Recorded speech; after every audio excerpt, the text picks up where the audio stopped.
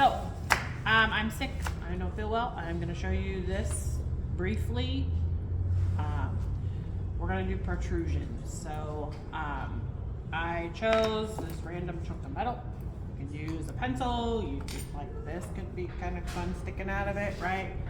I did scissors before. I've done glass. I've done metal. When I was your age, I did a toothpick. I tried to find this picture this weekend. There was a toothpick sticking out of my hand from both sides. That's what he had us do. But I'm leaving it open to whatever it is you guys want. So I put a little bit of a bend in the bottom of this.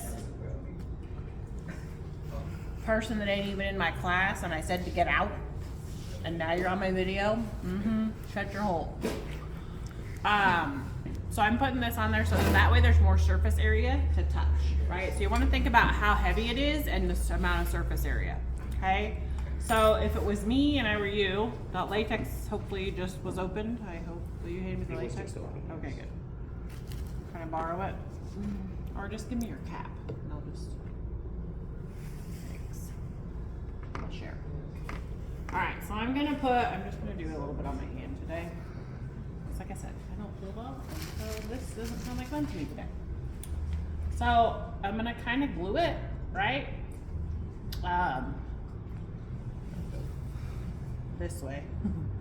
And then you could use the fake skin, you could use the scar wax, whatever, but you need to build up something that can kind of fit on there and hold it down to build around it, right?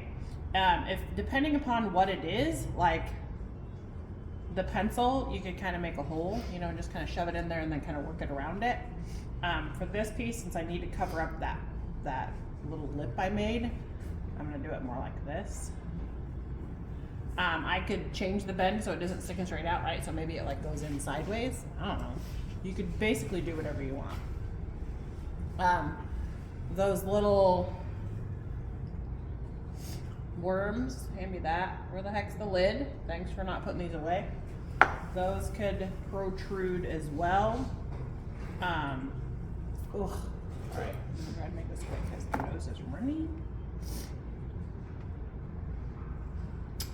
But the idea is to get it to stay on.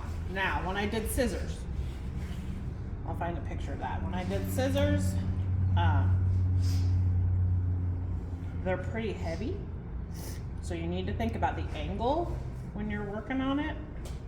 Oh, I'm getting stuck to my latex. Think about the angle when you're doing it. Think about what this actually might look like as it was coming in, right? But the idea is if you want it to stay on is that you want to get it on there in a way that isn't going to sag and come undone. Okay? From here, it's basically like some of the other stuff that you've been working on. So, I'm gonna think about my shadows. I'm gonna think, I don't really like that it's sticking straight out. I think ideally I would tip it, so I shouldn't have done quite as big of an angle. Ideally I would tip it like this, and then, you know, there's gonna be dark areas where it's actually entering the skin, and then it's gonna have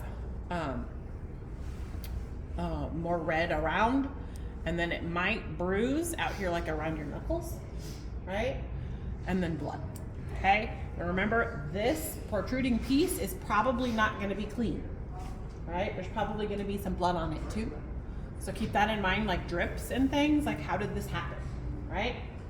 Does that kind of make sense without me make-upping the whole thing? Yeah. Yes?